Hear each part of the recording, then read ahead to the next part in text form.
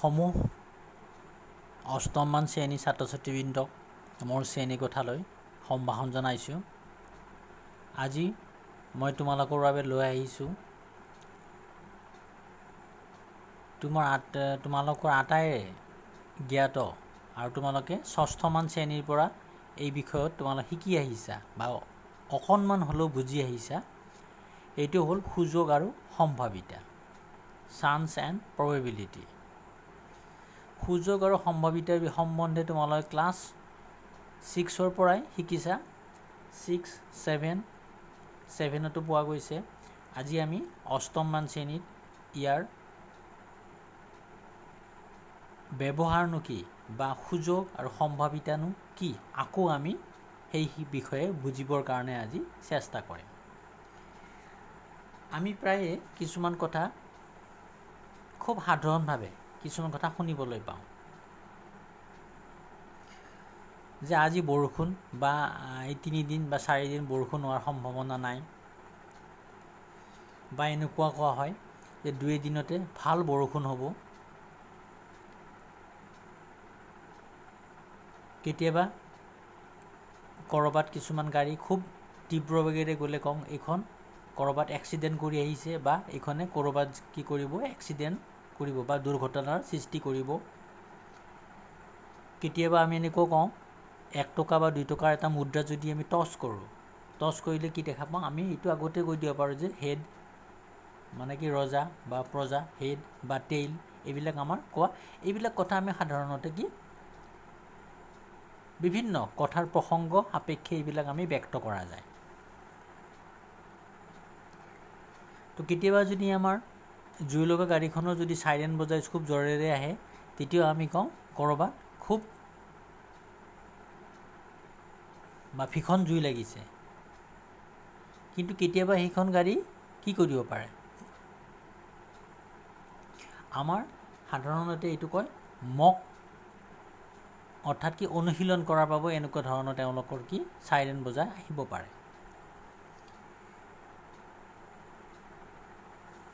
কেতিয়াবা কিছুমান কথা এনেকুৱা কোৱা হয়, যদি কোনোবা এটা নৈৰে কেইজন মানুহে কি কৰিছে, সাঁতুৰি পাৰ হৈছে, তেতিয়াও কোৱা হয় যে ইয়াৰে পাৰ হ'ব গ'লে মানুহকেইজনে ইয়াৰ কি পাৰ হ'ব নোৱাৰিব বা পাৰ হ'ব গ'লে ইয়াত ডুবি যাব।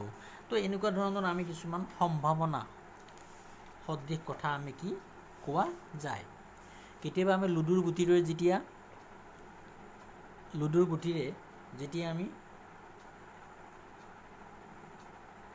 গুটিটো ডাইচটো মাৰা হয়, তেতিয়া আমি কি মাৰিলে কি পাওঁ, আমি কওঁ 6, কিন্তু মাৰিছে 3, বা 3 মাৰিছে 6, আৰু কেতিয়াবা কি হয় 6 কৰিছোঁ 6 মাৰা যায়, হয়নে? তো এনেকুৱা ধৰণৰ এই কথাবিলাকে আমাৰ কি দৈনন্দিন জীৱনত আমি শুনিবলৈ পোৱা যায়। আৰু এইবিলাকৰ ওপৰত নিৰ্ভৰ কৰে আমাৰ সাধাৰণতে কি আমি কৰিব গ'লে কেতিয়াবা ভাগ্য। তো ভাগ্যৰ লগত যদি কথাবিলাক কি হৈ যায়, আমি সাধাৰণতে এইটো কওঁ আমি যে ভাগ্য, এনেকুৱা ধৰণৰ কথাবিলাক কওঁ যে এইবিলাকে হৈছে কিছুমান আমাৰ অনুমান। এইবিলাক হৈছে আমাৰ কেতিয়াবা কি সম্ভাৱনীয় থকা কিছুমান অনুমান, আৰু এই অনুমানবিলাকৰ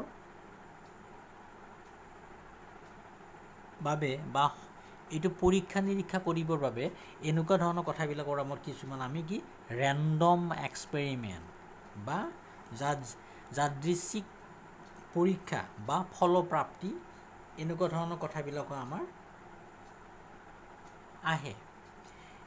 কথাটো হ'ল, যেতিয়া আমি এটা মুদ্ৰা টছ কৰিম, মুদ্ৰা এটা যেতিয়া আমি টছ কৰিম, তো মুদ্ৰা টছ কৰাৰ সময়ত এইটো যদি তাৰ হেড বা টেইল, এই দুটা কি হ'ব, তাৰ কোনোবা এটা হ'ব। আমি যদি এইটো 5 বাৰ কৰোঁ, তেতিয়া এনেকুৱা হ'ব পাৰে 5 বাৰ হেডো হ'ব পাৰে, বা কেতিয়াবা কি হ'ব পাৰে টেইলো হ'ব পাৰে, বা কেতিয়াবা 2 বাৰ হেড 3 বাৰ টেইল, এবাৰ হেড 4বাৰ টেইল। বুজি পাইছা নহয়?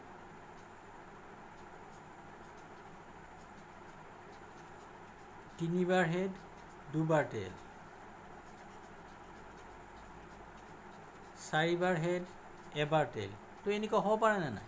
তো এনেকুৱা ধৰণৰ আমি কি কৰিব পাৰোঁ, এইবিলাক ফলাফল পোৱা যায়। আৰু এই ফলাফলবিলাকৰ সৈতে আমি কিছুমান আমাৰ যিটো অনুমানৰ সংখ্যাবিলাক আছে সেইবিলাকো আমি ইয়াত দিব পাৰোঁ। হৈছেনে? তো এনেকুৱা ধৰণৰ কথাবিলাক আমি 5বাৰ কৰি বা 5টা কইন্স যদি কৰোঁ এনেকুৱা ধৰণৰ আমি পাব পাৰোঁ। আৰু যদি 2টা কইন্স লওঁ, আমি 2টা আমি কি মুদ্ৰা লৈছোঁ, 2টা মুদ্ৰা লৈছোঁ। 2টা মুদ্ৰা লোৱাৰ পিছত এই মুদ্ৰাকেইটাৰ কি কৰিছোঁ, আমি যদি 2টা একেলগে একেলগে আমি 2টা মুদ্ৰা টছ কৰা যায়, তেতিয়াহ'লে দেখা পাম যে কেতিয়াবা 2টা হেড হ'ব পাৰে, কেতিয়াবা হেড আৰু টেইল হ'ব পাৰেনে? কেতিয়াবা এইটো টেইল আৰু হেড হ'ব পাৰে, আৰু কেতিয়াবা 2টা টেইলো হ'ব পাৰে। তো এনেকুৱা ধৰণৰ আমি কি ফলাফল পালোঁ, আৰু এইটো কি কোৱা হয়, ফলাফল প্ৰাপ্তি বুলিও কোৱা হয়। তোমালোক বুজি পাইছানে এইটো? তো কিছুমান ফলাফলৰ কথাবিলাক ক'ব গ'লে আমাৰ কি হয়,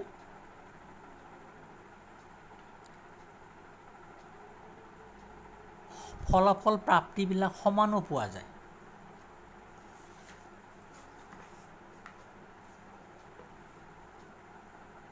আৰু এইবিলাক ফলাফল প্ৰাপ্তিৰ পৰাই আমি ক'লৈকে গুচি যাম, আমাৰ যিবিলাক ৰেণ্ডম পৰীক্ষা পালোঁ, এই পৰীক্ষাবিলাকৰ পৰা আমি গম পাওঁ যে ফলাফল আমি যদি দুই ধৰণৰ আছিল, হেড আৰু টেইল আছিল, আৰু ইহঁতৰ এটা যদি পাওঁ, মানে ফলাফল প্ৰাপ্তিৰ আমি কনফাৰ্মেশ্যন, আমি 2টা বস্তু আছে নাই, এটা মুদ্ৰা যদি ক'ব গ'লে আমি সহজ উদাহৰণ লৈছোঁ তোমালোকে বুজি পোৱাৰ কাৰণে, আমি যদি এটা মুদ্ৰা বা এটা কইন্স লোৱা যায়, আমি 2টাৰ ফলাফল কি পাম, হেড বা টেইল পাম। পাইছোনে? হেড বা আমি কি পাম, টেইল পাম। তো এই 2টাৰ ফলাফলৰ হেড আৰু টেইলৰ ভিতৰত হেড, টেইল বা হেড পায়, তো এই 2টাৰ ভিতৰত আমি যেতিয়া টছ কৰিলোঁ, আমি কি পালোঁ, টেইল পালোঁ। তো টেইল পাইছোঁ মানে কি, আমি যদি ক'ব যাওঁ কি পালোঁ, 2টা আছিল ফলাফল, তাৰ ভিতৰত আমি এবাৰত কি পালোঁ, এটা পালোঁ। পাইছোনে? তো এইটো যিটো আমাৰ ফলাফল প্ৰাপ্তি হ'ল, আৰু এই ফলাফল প্ৰাপ্তিটোক আমি কি বুলি কওঁ, এইটো কোৱা হয় আচলতে সুযোগ। আমি এবাৰ টছ কৰাৰ লগে লগে কইন্স এটা কি হ'ব, আমি এবাৰহে এটা ফল প্ৰাপ্ত পাম, 2টা কিন্তু একেলগে নাপাওঁ। বুজি পাইছানে? এই যিটো আমি এবাৰ পালোঁ, টেইল যে পালোঁ, এই টেইলটো হ'ল এটা কি আচলতে সুযোগ বুলি কোৱা হয়। বুজি পাইছানে? তো 2টাৰ ভিতৰত আমি এটা পালোঁ, এইটো হ'ল আমাৰ কি, আমাৰ গণিতৰ ভাষাত এইটো কোৱা হয় কি, সুযোগ বা চান্স বুলি কয়। মই তোমালোকক আকৌ এটা কৈছোঁ, ধৰা হ'ল এটা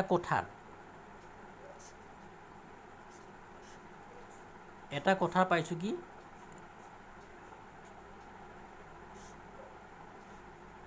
এইটো ঘৰ এটা, তো ঘৰৰ আমি 2খন দৰ্জা আছে, দেখিছা ন? 2খন দৰ্জা আছে।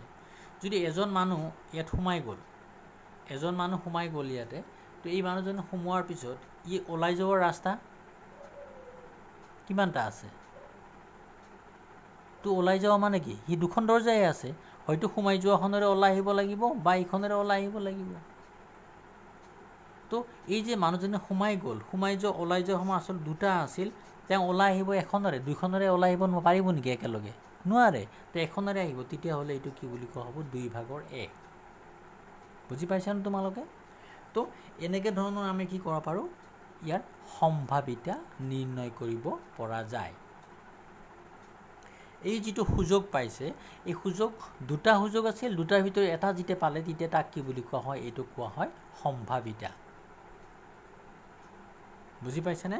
তো আমি এই যে 2/1 পালোঁ, এইটো হ'ল আচলতে কি, এইটো হ'ল আমাৰ সম্ভাৱিতা বুলি কয়। এইটো কোৱা হয় সম্ভাৱিতা। হ'লনে? তোমালোকে বুজি পাইছানে এতিয়া?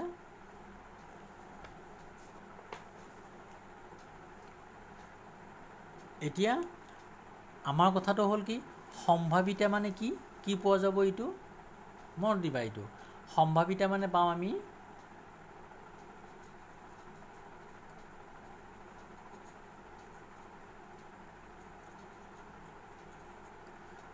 এইটো হ'ল মুঠ ফলাফল যিটো আছিল, যে পৰীক্ষাটোৰ পৰা যিটো আমি কি পাইছোঁ, মুঠ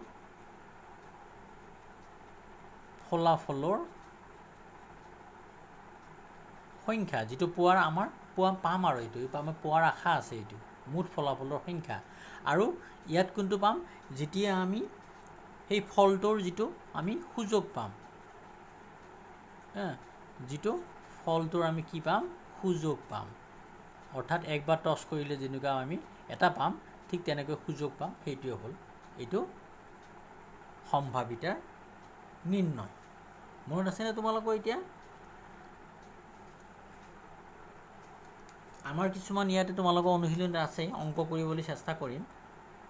এতিয়া আকৌ এটা উদাহৰণ কৰিবলৈ গৈছোঁ। ধৰা হ'ল লুডু গুটি এটা। তো লুডুৰ গুটি এটাত আমি জানো 1ৰ পৰা কিমানলৈকে 6লৈ থাকেনে? 2, 3, 4, 5, 6। তো এই যে এটা লুডুৰ গুটি এটাত এইটো যেতিয়া ফলাফলবিলাক সন্নিৱিষ্ট হৈ থাকে নহয়, তো থকাৰ সময়ত ইহঁতৰ 6খন পিঠিত 6টা সংখ্যা থাকিব।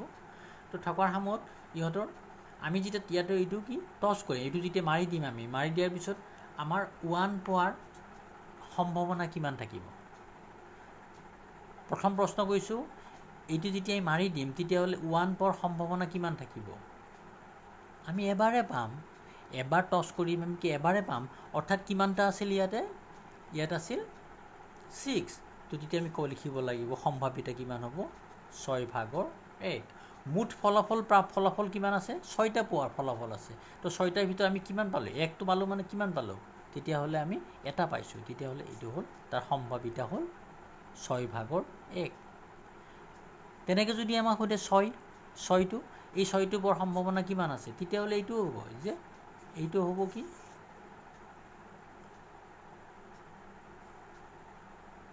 বুজি পাইছানে? তো তেনেকৈ যদি 2, 3 কথা সোধে তেতিয়া সংখ্যাবিলাক বাঢ়ি যাব সিহঁতৰ। হৈছে?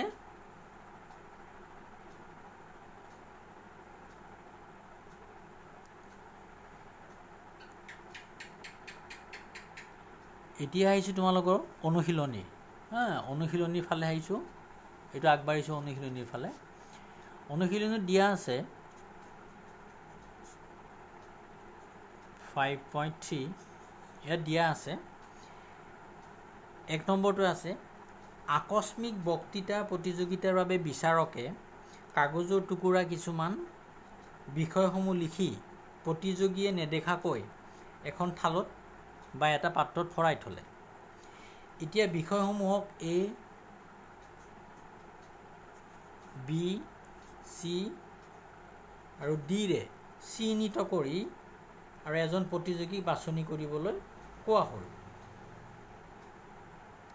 এতিয়া তাত 1 নম্বৰটো আছে, এইটো নম্বৰ 1। 1 নম্বৰ, তেওঁক যিকোনো এটা টুকুৰা বাছিবলৈ দিয়া হ'ল। ইয়াত 4টা টুকুৰা আছিল, আৰু 4টা টুকুৰাৰ পৰা কি কৰিলে? তাত এটা টুকুৰা বাছিবলৈ দিছে। তেতিয়াহ'লে ইহঁতৰ ফলসমূহ কেনেকুৱা ধৰণৰ হ'ব? অৰ্থাৎ সম্ভাৱিতাসমূহ কিমান হ'ব?